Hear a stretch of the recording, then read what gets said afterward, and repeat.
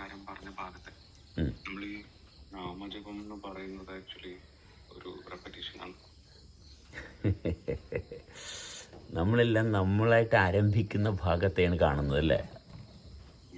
നമ്മളായിട്ട് ആരംഭിക്കുന്ന ഭാഗം നമ്മുടെ ബുദ്ധിയിൽ മാത്രമല്ലേ ഉള്ളൂ. അല്ലെങ്കിൽ എല്ലാം കണ്ടിന്യൂഷൻ നിരന്തരം സംഭവിച്ചുകൊണ്ടിരിക്കില്ലേ ജീവിക്കുക എന്ന് പറഞ്ഞ ഭാഗം. നമ്മളായിട്ട് ഒന്നും തുടങ്ങുന്നില്ല.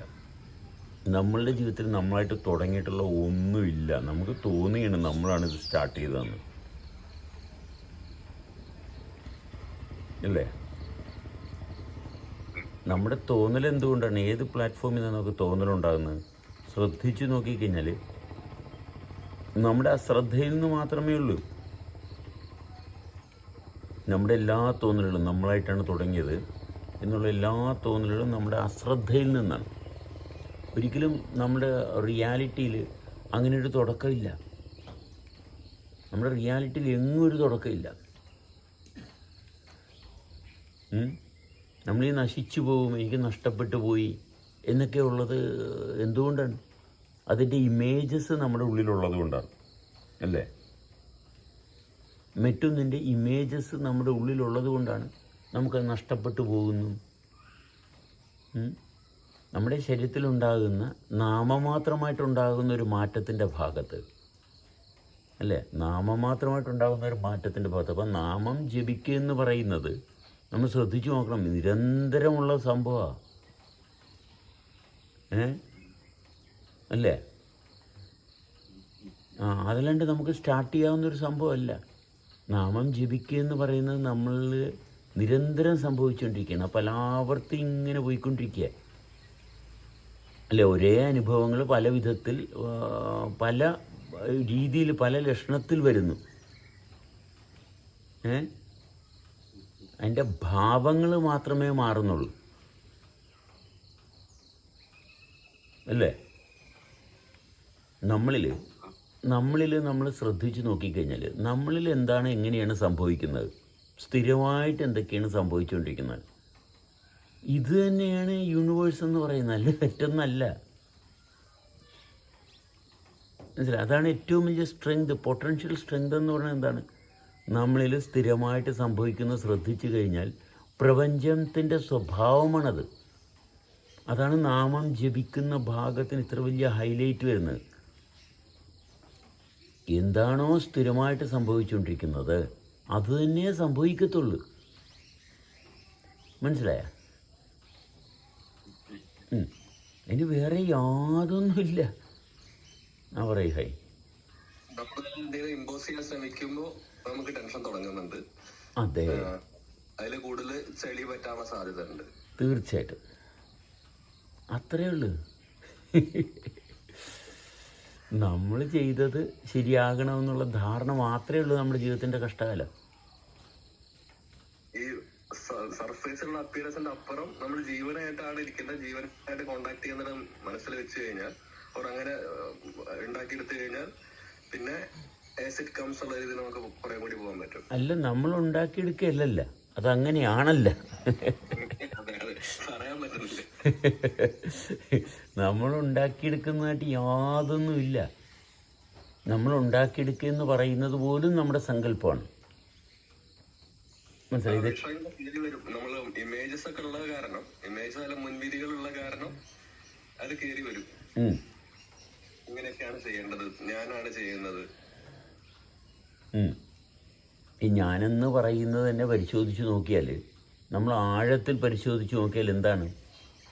ഞാനെന്ന് പറയുന്ന മറ്റ് ചില കാര്യങ്ങളാണ്. മനസ്സിലായ? ഞാനെന്ന് പറയുന്നത് മറ്റ് ചില കാര്യങ്ങളാണ്.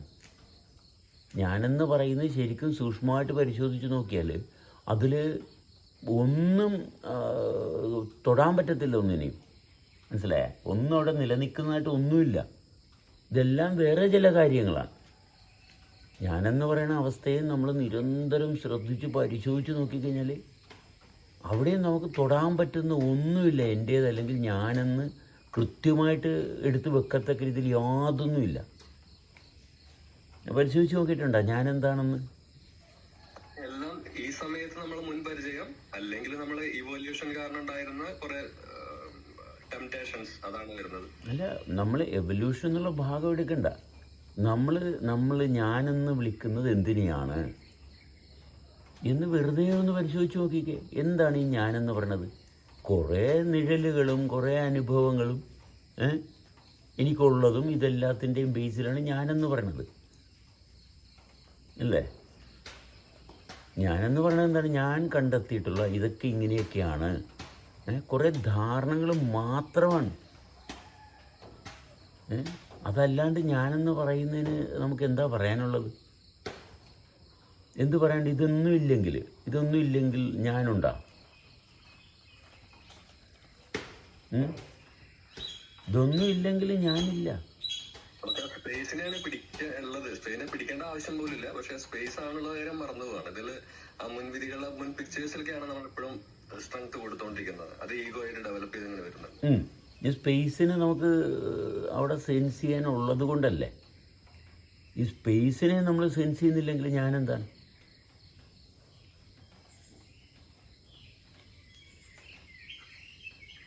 അവിടെയും നമുക്ക് സ്പേസിനെ സെൻസ് ചെയ്യുന്നൊരു കപ്പാസിറ്റി ഉള്ളതുകൊണ്ട് നമ്മൾ കുറേയും കൂടി റിഫൈൻഡ് ലെവലിൽ ഞാനെന്ന് പറയുന്നതിനെ വ്യാഖ്യാനിക്കുന്നത്.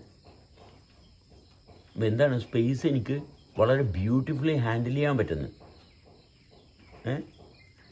അപ്പോൾ നമ്മൾ ഇപ്പോഴൊരു വണ്ടി ഓടിക്കുന്നു. എന്താണ്? വണ്ടി എനിക്ക് ഹാൻഡിൽ ചെയ്യാൻ പറ്റുന്നത്. എനിക്ക് മറ്റൊരാളുമായിട്ട് വളരെ മനോഹരമായിട്ട് സംസാരിക്കാൻ പറ്റുന്നു. എന്താണ് എൻ്റെ ആശ്വാസം? എന്താണ്? എനിക്ക് മറ്റൊരാളുമായിട്ട് സ്നേഹത്തിൽ സന്തോഷത്തിൽ സംസാരിക്കാൻ പറ്റുന്നു. അപ്പോൾ ഞാനെന്ന് പറഞ്ഞാൽ ആരാണ്? ഞാനെന്ന് പറഞ്ഞത് മനോഹരമായിട്ട് സംസാരിക്കാൻ പറ്റുന്നത് കൊണ്ട് ഞാനെന്ന് പറയുന്നു. ഞാൻ ഭക്ഷണം കഴിച്ചു. ആ ഭക്ഷണം കഴിച്ചപ്പോൾ എനിക്ക് ആരോഗ്യം ഉണ്ടായെന്ന് പറഞ്ഞു. എന്താണ് ആരോഗ്യം? ചെയ്തുകൊണ്ടിരിക്കുന്ന കാര്യങ്ങൾ ഭംഗിയായിട്ട് വൃത്തിയായിട്ട് ചെയ്തുകൊണ്ട് പോകാൻ പറ്റുന്നു. ഇതാണ് ആരോഗ്യം എന്ന് പറയണത്. ശ്രദ്ധിച്ച് നോക്കണേ. എല്ലാ ഭാഗവും നോക്കിക്കഴിഞ്ഞാൽ നമുക്ക് കൃത്യമായിട്ട് കാണാം. എല്ലാം നമ്മുടെ പ്രവൃത്തിയെ കേന്ദ്രീകരിച്ചാണ്,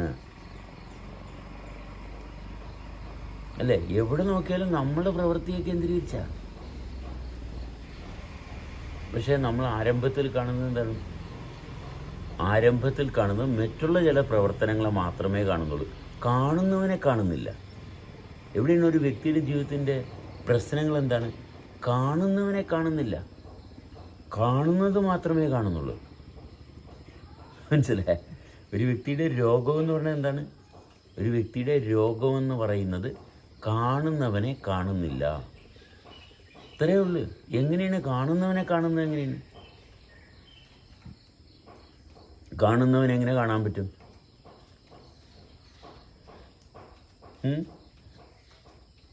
കാണുന്നവനെങ്ങനെ കാണാൻ പറ്റും? കണ്ടുകൊണ്ടിരിക്കുന്നതൊക്കെ ജീവനാവണം. അല്ല, കാണുന്നതിൽ തുടർച്ച കൊണ്ടുവരണം. അപ്പം കാണുന്ന ഒരാളുണ്ട്. കാണുന്നതിൽ തുടർച്ച കൊണ്ടുവരുമ്പോൾ ഒന്നും ആരംഭിച്ചതായിട്ട് യാതൊന്നുമില്ല. ആരംഭിച്ചതായിട്ടുണ്ടോ? അയാൾ വരും, അയാൾ വരട്ടെ എന്നും പറഞ്ഞ് നമ്മൾ ബാക്കിയുള്ള എല്ലാത്തിനും അവോയ്ഡ് ചെയ്യാൻ നോക്കിയാൽ ഭയങ്കര രോഗമാണ്. അയാൾ വരും പ്രതീക്ഷയോടുകൂടി ഇരിക്കുകയാണ്. പക്ഷേ ശരീരത്തിൽ ഭയങ്കര മർദ്ദം കൂടിക്കൊണ്ടിരിക്കുക. അയാളില്ല, അയാൾ വരും, മർദ്ദം ഇങ്ങനെ കൂടുക. അയാൾ എനിക്ക് വരും, എൻ്റെ അടുത്ത് വരും, എനിക്ക് അയാൾ ഇഷ്ടപ്പെട്ടതാണ്, എനിക്ക് വളരെ ഇഷ്ടപ്പെട്ട ആളാണ് എന്നുവെച്ചാൽ ചുറ്റുപാടും കാണുന്ന അവസ്ഥയൊക്കെ ഇഷ്ടക്കുറവിലോട്ട് മാറ്റുകയാണ്. ആർക്കാണ് ഈ അനുഭവത്തിൽ നിൽക്കുന്ന? ആരാണ് കാണുന്നത്? ഈ കാണുന്നവനാണ് ഇതെല്ലാം ചെയ്യുന്നത്. പക്ഷെ കാണുന്നവനെ മാറ്റിയിട്ട് കാഴ്ചക്കാരനെ എടുക്കുന്നു.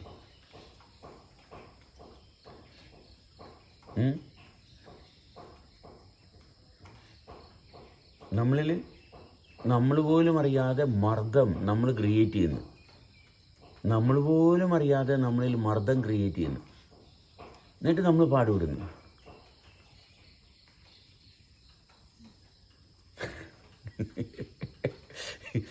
ഇതെല്ലാം ഞാനൊരു കാര്യം ചോദിച്ചോട്ടെ?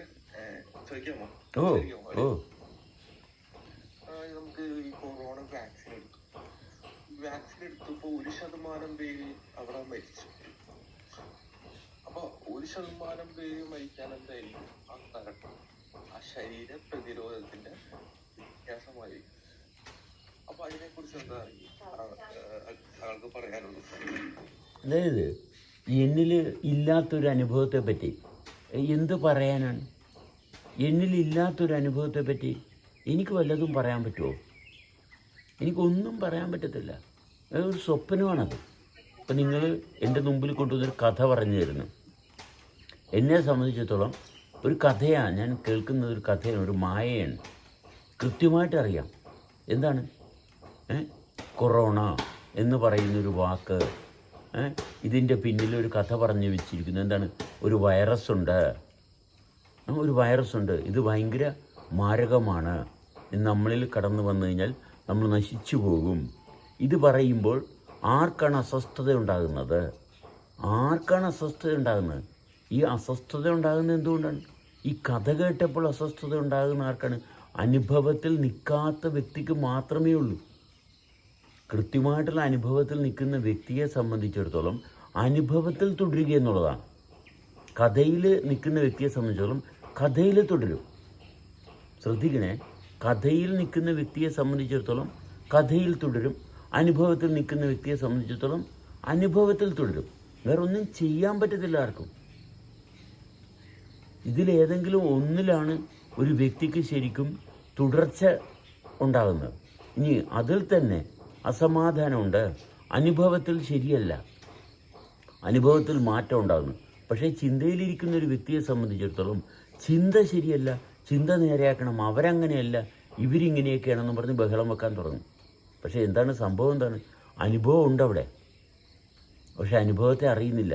ഈ വ്യക്തി ചിന്തയിൽ പെട്ടുകിടക്കുക, ഒന്നും ചെയ്യാൻ പറ്റുന്നില്ല. അനുഭവത്തിലിരിക്കുന്ന വ്യക്തി, അനുഭവത്തെ കാണുന്ന വ്യക്തിയെ സംബന്ധിച്ചിടത്തോളം അവിടെ എന്തുകൊണ്ടാണ്, എങ്ങനെയാണ് എന്ന് പരിശോധിക്കാനുള്ള അവസരമുണ്ട്, അയാൾക്ക് മാത്രമേ ഉള്ളൂ. ചിന്തയിലിരിക്കുന്ന വ്യക്തി മറ്റു പലതിനെയും ആശ്രയിച്ച് നിൽക്കുന്നു, പക്ഷേ ആശ്രയിക്കുക മാത്രമേ ഉള്ളൂ, അവിടെ നിവൃത്തിയില്ല. അപ്പം നമ്മൾ കഥകൾ കൊണ്ടുവരുന്ന വ്യക്തിയെ സംബന്ധിച്ചിടത്തോളം അനുഭവമില്ലാത്തവരാണ്. അവരുടെ ജീവിതം എന്താണെന്ന് അറിയത്തില്ല. ഒരു കഥ, ആരോ പറഞ്ഞ കഥയാണ് അവർ പറയുന്നത്, അതുകൊണ്ട് അവരല്ല സംസാരിക്കുന്നത്. മറ്റുള്ളവർ കൊടുത്ത ചില കാര്യങ്ങൾ എടുത്തുകൊണ്ട് വരിക. ഈ കൊടുത്തതാരാണ്, അവരെന്തുകൊണ്ട് കൊടുത്തു, ഇതൊന്നും പരിശോധിക്കാനുള്ള അനുഭവതലമില്ല. ഇവരെപ്പോഴും കഥകളെ പറയത്തുള്ളൂ. ശ്രദ്ധിച്ചു നോക്കി, അവരെപ്പറ്റി യാതൊന്നും അവർ പറയത്തില്ല. കാരണം അവർക്ക് അവരുമായിട്ടുള്ള യാതൊരു ബന്ധവുമില്ല. അവരിൽ നിന്ന് അവർ സംസാരിക്കത്തില്ല. മറ്റുള്ള ഏതെങ്കിലും എന്നുവെച്ചാൽ നമുക്കിവിടെ കോടിക്കണക്കിന് മ്യൂട്ടേഷനും പെർമിറ്റേഷനും സാധ്യമാണ്. ട്രില്യൺസ് ഓഫ് മ്യൂട്ടേഷനും പെർമിറ്റേഷനും സാധ്യമാണ്. അതാണ് നമ്മുടെ എൻവയോൺമെൻറ്റ്. പക്ഷേ ഈ കോടിക്കണക്കിനുള്ളത് എല്ലാത്തിനെയും നമ്മൾ ഒരുപോലെ കൊണ്ടുവരികയും എന്തെല്ലാം സാധ്യമാണ് ഇതെല്ലാം ഒരേപോലെ അതിനൊരു സെൻറ്റർ കൊണ്ടുവരികയും, അതാണ് ഹൃദയം. അപ്പോഴാണ് ഒരു വ്യക്തി ജീവിക്കുന്ന ഭാഗത്ത് വരുന്നത്. അപ്പോഴെന്താണ്, അനേകം 1000 വർഷം കൊണ്ട് എടുക്കുന്ന കാര്യങ്ങൾ നമ്മൾ ഒറ്റ നിമിഷം കൊണ്ട് നമ്മൾ അനുഭവിച്ചറിയുന്നു. വ്യത്യാസം എന്താണ്? 10 ദിവസം കൊണ്ട് അറിയുന്ന ഭാഗം ഒരൊറ്റ നിമിഷം കൊണ്ട് അനുഭവിക്കുന്നു. മറ്റേതെന്താണ്? കാലത്തിൻ്റെ ഭാഗത്താണ്. അതിനെ നമ്മൾ ഒരൊറ്റ നിമിഷത്തിൽ ഇതെല്ലാം കൂടി അങ്ങോട്ട് ഒരുമിച്ചെടുക്കുന്നു, എല്ലാം കൂടി ഒരുമിച്ച് ഡീൽ ചെയ്യുന്നു. അതാണ് ബോധം. ബോധത്തിലെത്തുമ്പോൾ ഇതെല്ലാം കൂടി അറ്റ് എ ടൈം. ഇപ്പം നമുക്ക് എന്താണ്, ആത്മബോധമുണ്ടായി. ഇതെല്ലാം ഒരുമിച്ച് സംഭവിക്കുന്നിടത്ത് അവിടെ അലൈൻമെൻറ്റ് കൊണ്ടുവന്നാൽ മാത്രമേ നടക്കത്തുള്ളൂ. അപ്പം ചിന്തക്ക് പ്രസക്തിയില്ല, ചിന്ത അവിടെ അസ്തമിച്ചു. അപ്പം കഥകളില്ല, പിന്നെ കാര്യങ്ങളേ ഉള്ളൂ. കാര്യങ്ങൾക്ക് അനശ്വരതയുണ്ട്, ഒന്നും നമ്മൾ തുടങ്ങിയതല്ല. മറ്റടുത്ത് കഥ മാറി, സ്വപ്നം മാറി. ഞാനൊരു പേടിക്കുന്ന സ്വപ്നം കണ്ടുകൊണ്ടിരിക്കുകയായിരുന്നു. പേടിക്കുന്ന സ്വപ്നത്തിൽ നിന്ന് ഞാൻ നല്ല രസം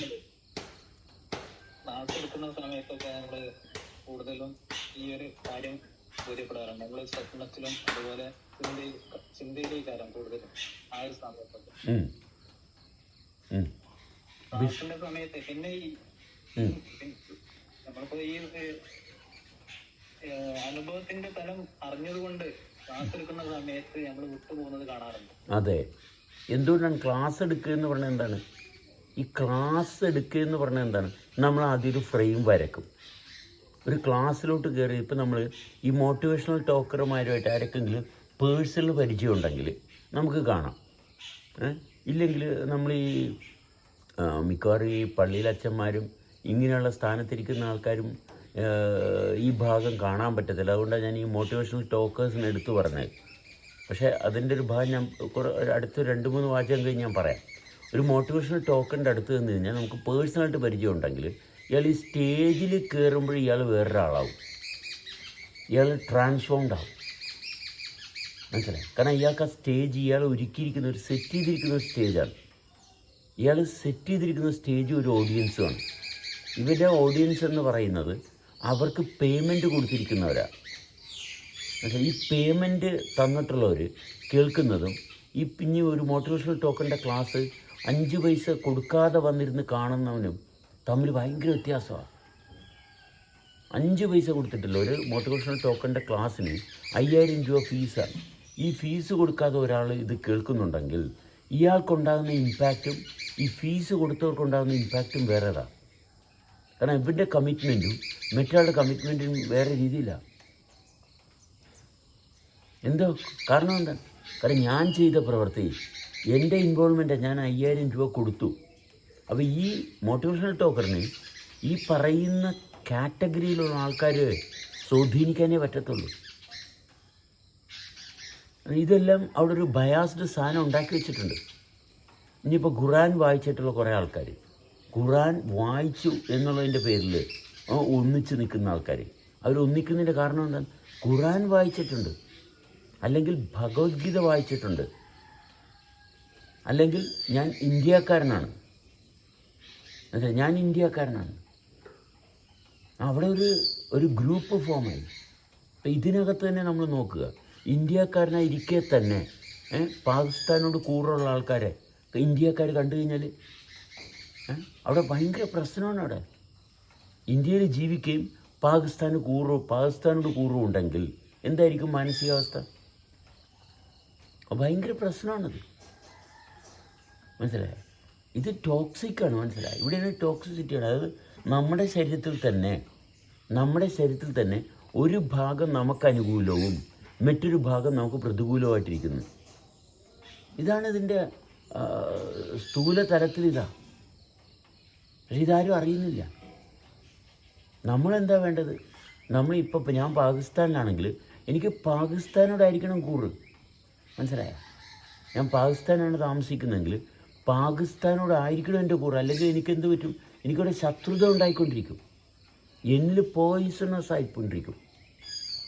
മനസ്സിലായി? ഇന്ത്യയിൽ ജീവിച്ചിട്ട് ഇന്ത്യയോട് കൂറില്ലാണ്ടിരുന്നു കഴിഞ്ഞാൽ എൻ്റെ ബോഡി വിഷമായിക്കൊണ്ടിരിക്കും. ഇത് അറിയുന്നില്ല ആരും. ഞാൻ ക്രിസ്ത്യാനിയാണ്, പക്ഷേ കുറച്ച് മുസ്ലിംസിൻ്റെ കൂട്ടത്തിലാണെങ്കിൽ ഞാൻ ക്രിസ്ത്യാനിറ്റി എന്നുള്ള ഭാഗം മാറ്റി വെച്ചിട്ട് അവിടെ മുസ്ലിമായിട്ടിരിക്കണം. അത്രയേ ഉള്ളൂ കാര്യം. ഞാൻ മുസ്ലിമായിട്ടിരുന്നാൽ മതി.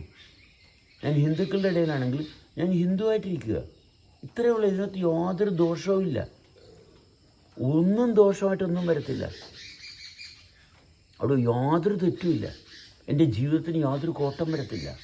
പക്ഷേ ഞാൻ മുസ്ലിമാണ്, ഹിന്ദുക്കളായിട്ട് ഞാൻ എടുക്കത്തില്ല. എൻ്റെ ശരീരത്തിൽ ശത്രുത ഉണ്ടാക്കുകയാണ് തന്നെ അറിയുന്നില്ല. എത്ര വലിയ വിശ്വാസം ആയിക്കോട്ടെ, ഈ ഭാഗം ഇങ്ങനെയാണെങ്കിൽ അത് രോഗത്തിലോട്ടേ പോകത്തുള്ളൂ. ഇനി ഇതിൻ്റെ വളരെ രസകരമായിട്ടുള്ളൊരു ഭാഗം എന്താണ്? നമ്മൾ മറ്റൊരാളോട് സംസാരിക്കുമ്പോൾ എന്തോ സംസാരിക്കാൻ പറ്റും.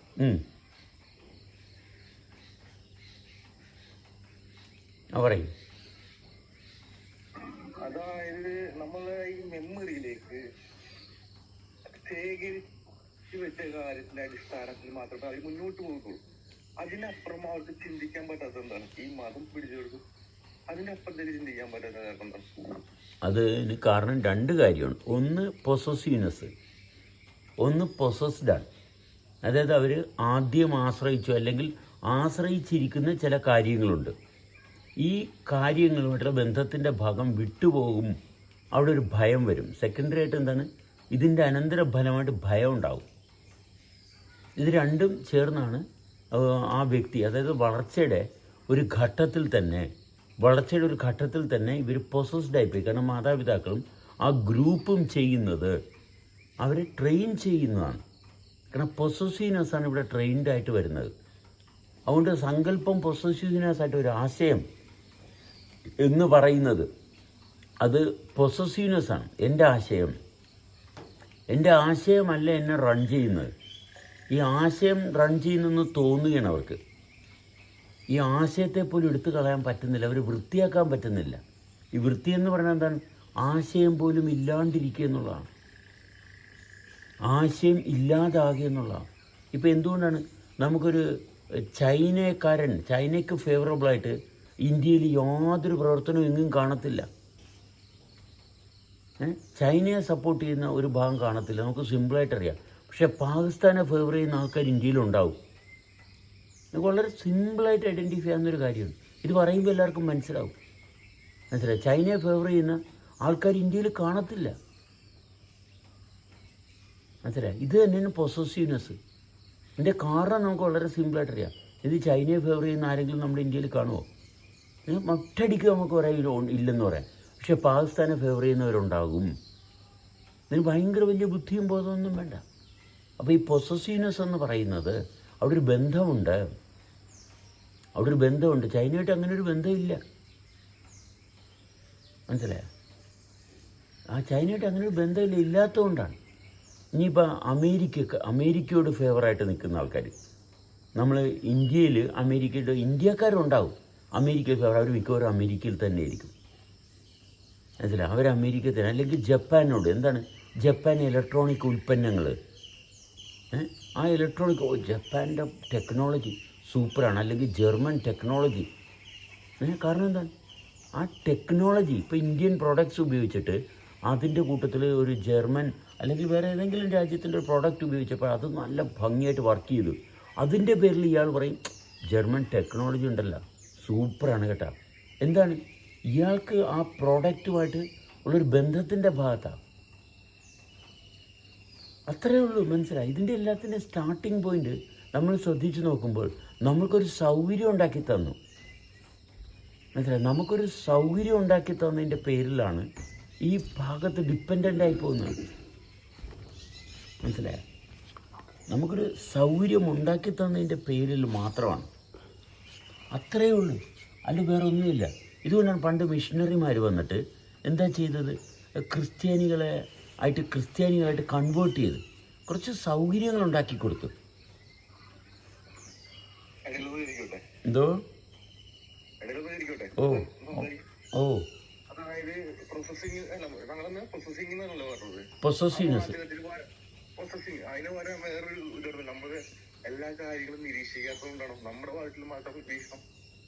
അതാണ് നേരത്തെ പറഞ്ഞത്. എല്ലാ കാര്യത്തെയും ആരാണ് കാണുന്നത്, എല്ലാ കാര്യത്തെയും എന്നുള്ളതല്ല, ആരാണ് കാണുന്നത്. അങ്ങനെ ഒരു ഭാഗം എടുക്കുമ്പോൾ ഈ കാണുന്ന കാഴ്ചക്കല്ല സ്ഥാനം, കാഴ്ചക്കാരനാണ് സ്ഥാനം വരുന്നത്. ഈ കാഴ്ചക്കാരന് സ്ഥാനം വരുമ്പോൾ കാര്യത്തിൻ്റെ ഗതി മാറി, സ്ഥിതി മാറി. കാര്യത്തിൻ്റെ ഗതിയും സ്ഥിതിയും മാറി.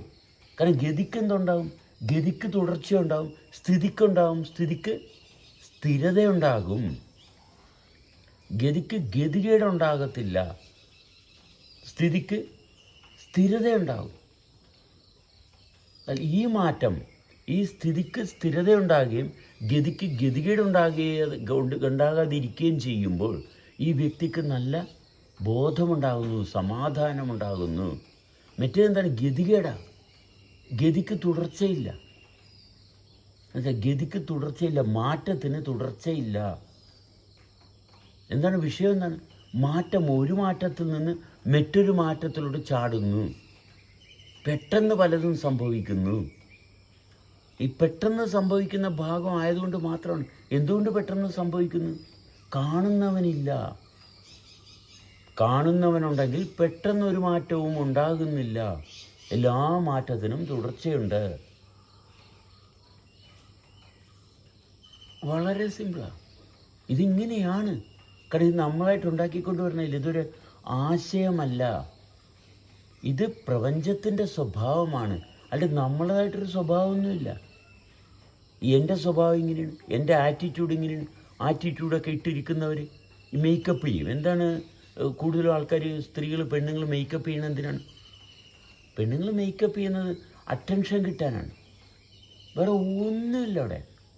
അറ്റൻഷൻ കിട്ടാനാണ്. ഇപ്പോൾ ഒരു വീടുണ്ടാക്കുമ്പോൾ വീട് ഭയങ്കര വലിയ വീടൊക്കെ ഉണ്ടാക്കി അതിന് ഭയങ്കര ലൈറ്റൊക്കെ ഇടുന്നത് എന്തിനാണ്? അറ്റൻഷൻ ഡ്രോ ചെയ്യാനാണ്. മനസ്സിലായോ? കാരണം അവർ സഫർ ചെയ്യുന്നവരാ. മനസ്സിലായി? അവർ സഫർ ചെയ്യും, അല്ല വേറെ ഒന്നുമില്ല. ഇപ്പം നമ്മൾ ഡ്രസ്സിങ് പാറ്റേൺ നോക്കുക. ഇപ്പോൾ ഒരു ഷർട്ടും പാൻറ്റും ഇട്ടുകൊണ്ട് നടക്കുന്ന ഒരാൾ, സ്ഥിരമായിട്ട് ഷർട്ടും പാൻറ്റും ഇട്ടുകൊണ്ട് നടക്കുന്ന ഒരാളോട് മുണ്ടെടുത്ത് ഉടുക്കാൻ പറഞ്ഞു കഴിഞ്ഞാൽ അയാൾക്ക് പാടാണ്, അയാൾ ഉടുത്തു പോകത്തില്ല. ഇപ്പോഴത്തെ സ്ത്രീകളോട് ചട്ടയും മുണ്ടും എങ്ങനെ ഉടുക്കാൻ പറഞ്ഞു, അയ്യേ എന്ത് പാടാണ്, ചട്ടയും മുണ്ടും എടുത്തു കഴിഞ്ഞാൽ എങ്ങനെ ഇരിക്കും? പക്ഷേ ഒരു കാലഘട്ടത്തിൽ ചട്ടയും മുണ്ടും എടുത്ത് നടന്നിരുന്ന ഒരു കുഴപ്പമില്ലായിരുന്നു. ഇപ്പോഴും ഉടുത്താൽ ഒരു കുഴപ്പമില്ല,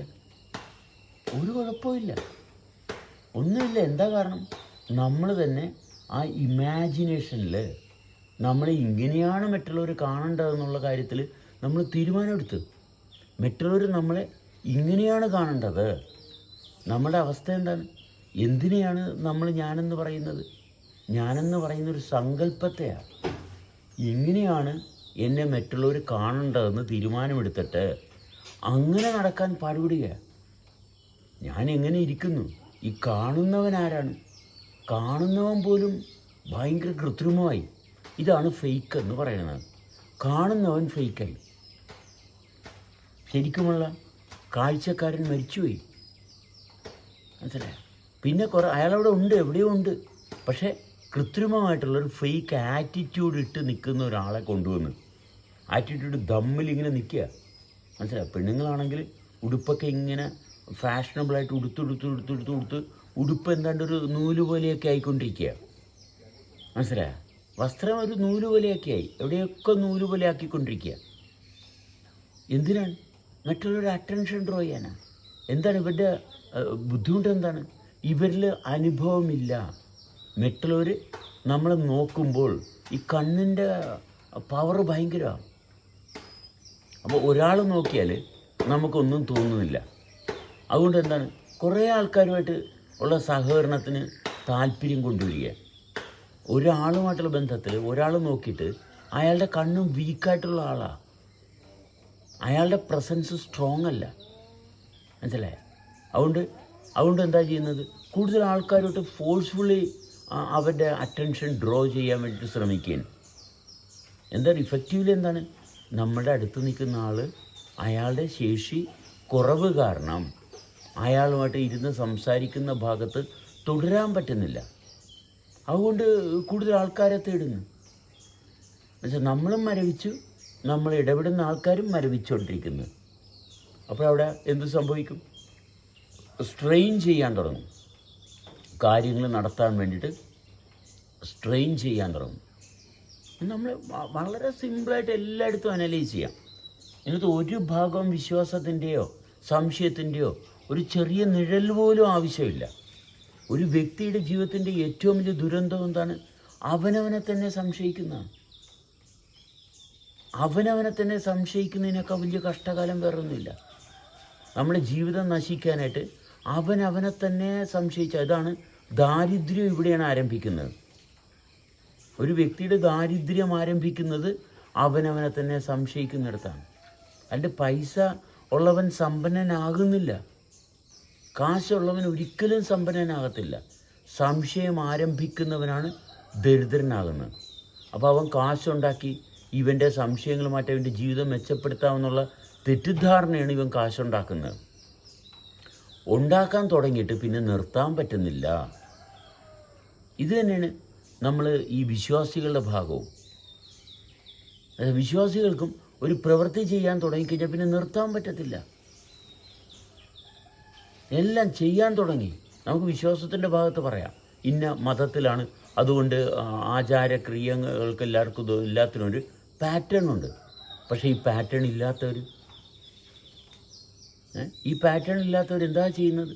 അവർക്കൊരു അടിസ്ഥാനമില്ല. അവരും എന്തൊക്കെ ചെയ്തു. ഇപ്പം നിരീശ്വരവാദി എന്താണ്? ഈ വിശ്വാസമുള്ളവരെ എതിർക്കുന്നവർ. ഇത്രയേ ഉള്ളൂ. നിരീശ്വരവാദി എന്ന് പറഞ്ഞ് പോകുന്ന ഗ്രൂപ്പുകളെ ശ്രദ്ധിച്ച് നോക്കിയാൽ ഇവിടെയുള്ള വിശ്വാസത്തെ അവർ പൊള്ളത്തരമാണെന്ന് എതിർക്കാൻ വേണ്ടിയിട്ട് മാത്രമാണ് ഇവർ സംസാരിക്കുന്നത്. അല്ലാണ്ട് വേറെ ഒന്നും ഇവർക്ക് സംസാരിക്കാനില്ല.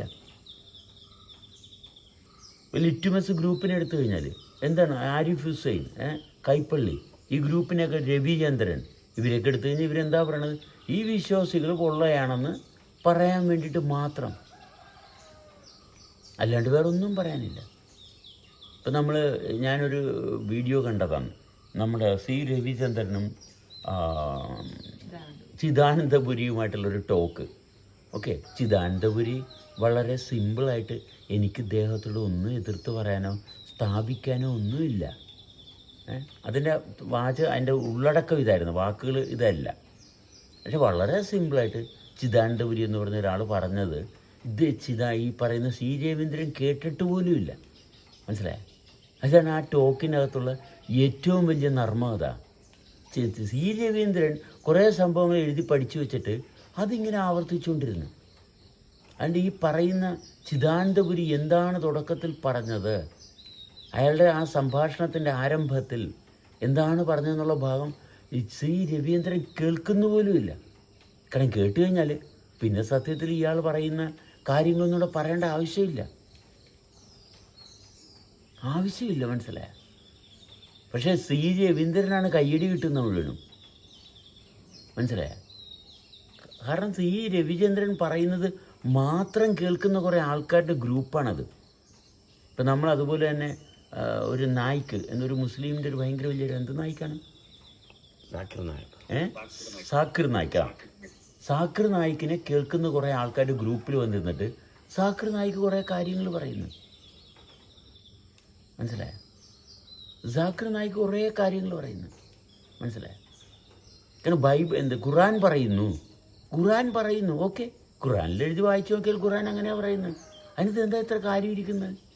കാരണം ഒരാൾ എഴുതിയ പുസ്തകം അത് പറയുന്നു ഇതിങ്ങനെയാണെന്ന്, അങ്ങനെയാണെന്ന് അത് പറയുന്നു എന്ന് മാത്രമേ പറയുന്നുള്ളൂ. അത് അങ്ങനെയാണെന്ന് ഇവർക്ക് ഉറപ്പിക്കാൻ പറ്റത്തില്ല. അപ്പോൾ ഇങ്ങനെയുള്ള കുറേ കാര്യങ്ങൾ വിമർശിക്കാൻ വേണ്ടിയിട്ട് കുറേ ആൾക്കാർ വരുന്നു. എങ്ങനെയാണ്, എവിടെയാണ്, എങ്ങനെയാണെന്ന് നോക്കേണ്ടത്? ഖുർആനിലാണോ എങ്ങനെയാണ് നോക്കാൻ പറ്റുക? എന്തിനാണ് ഖുർആൻ? എന്തിനാണ്?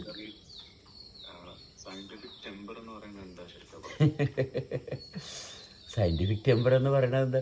ഇവർ വായിച്ചതും പരീക്ഷണം നടത്തിയ കാര്യങ്ങളുടെ കാഴ്ചയെ പറ്റിയല്ലേ പറയുന്നത്? ഇതെല്ലാം കാഴ്ചയില്ലേ? ഈ വിശ്വാസം അടക്കം കാഴ്ചയല്ലേ? കാണുന്നവനില്ലല്ലോ.